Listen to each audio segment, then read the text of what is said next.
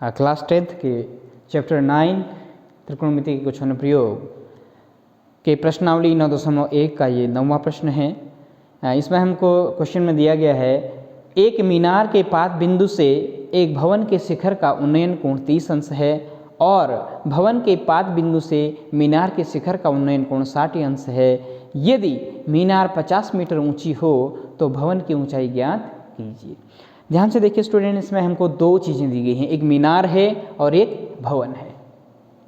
एक बार मीनार के पाद बिंदु से भवन के शिखर को देखा जा रहा है और दूसरी बार में भवन के पाद बिंदु से मीनार के शिखर को देखा जा रहा है। चलिए कोशिश करते हैं डायग्राम बनाने के पहले।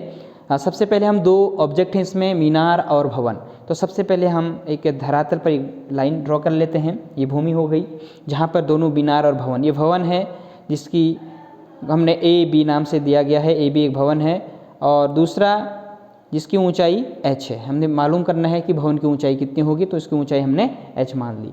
दूसरा एक और मीनार ले लेते हैं जिसको हमने CD कहा गया है, इसको हमने CD नाम दिया है CD, और इसकी जो ऊंचाई है वो 50 मीटर हमको दी गई है क्वेश्चन में।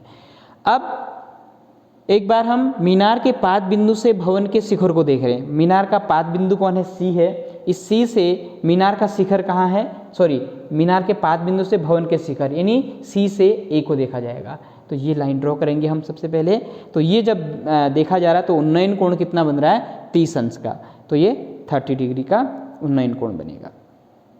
सेकेंड में भवन के पाद बिंदु से मीनार के शिखर को देखा जा रहा है। भवन का पाद बिंदु कौन है? B है। इस B से मीनार के शिखर D को देखा जाएगा। तो B से जब हम D को देखेंगे तो एक लाइन ड्रॉ करेंगे ये, और जो ये उन्नयन कोण बनेगा ये 60 डिग्री का बनेगा। तो ये सिंपल सा फिगर है इसका, और आप इसको नॉर्मली लाइन के थ्रू भी ड्रॉ कर सकते हैं। एक लाइन ड्रॉ की हमने जो ये भूमि का काम कर रही है, और यहाँ पर हमने एक भवन ले लिया है जिसको हमने अभी नाम दिया था AB, जिसकी ऊंचाई हमने h मान रखी है। तो भवन की ऊंचाई कितनी है? h है। दूसरा हमने एक मीनार लिया है ये, जिसको हमने CD नाम दिया है, ये CD नाम दिया है। इसकी ऊंचाई 50 मीटर है। तो मीनार की ऊंचाई 50 मीटर दी गई है। मीनार के पाद बिंदु यानी C से भवन के शिखर A को देखा जा रहा है। तो उन्नयन कोण जो है यहाँ पे 30 अंश का है। ऐसे ही हम भवन के पाद बिंदु से मीनार के शिखर को देखेंगे ये, तो ये जो एंगल बन रहा है यहाँ पे ये उन्नयन कोण वो है 60 डिग्री का। चलिए अब इसमें दो समकोण त्रिभुज बन रहे हैं, हमको साफ साफ दिखाई दे रहे हैं। एक बन रहा है ABC, उस केस में हमारे पास एंगल है 30 डिग्री, और दूसरा है DCB, उस केस में हमारे पास एंगल है 60 डिग्री। बस इन दो राइट एंगल ट्राइंगल्स में हम 10 जो हमारे पास त्रिकोणमितीय अनुपात है tan थीटा वो यूज़ करेंगे। मान लेते हैं AB एक 50 मीटर ऊंचा भवन मीनार और तथा BC एक भवन है। जो BC है वो भवन है जिसकी ऊंचाई हमने h ले रखी है।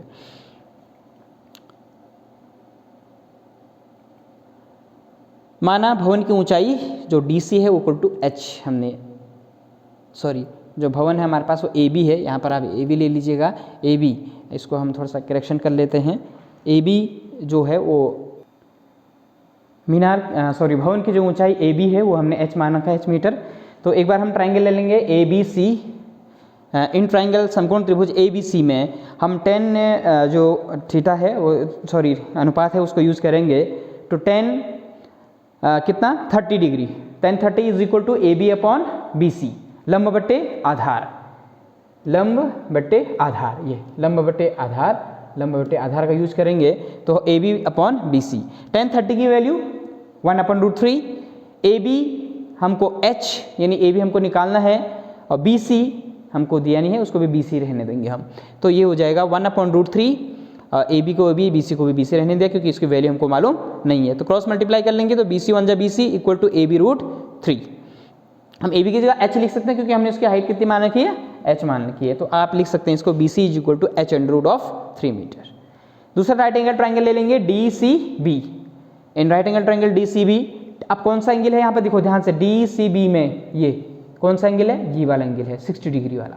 तो tan 60 डिग्री इक्वल टू लंब बट्टे आधार, लंब का काम करोगे कौन? DC बट्टे आधार BC ही रहेगा, BC।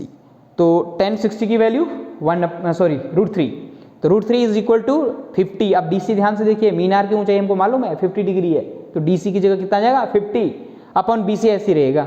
अब BC की वैल्यू यहाँ से रख दी हमने h√3, h√3 क्रॉस मल्टीप्लाई कर लेते हैं।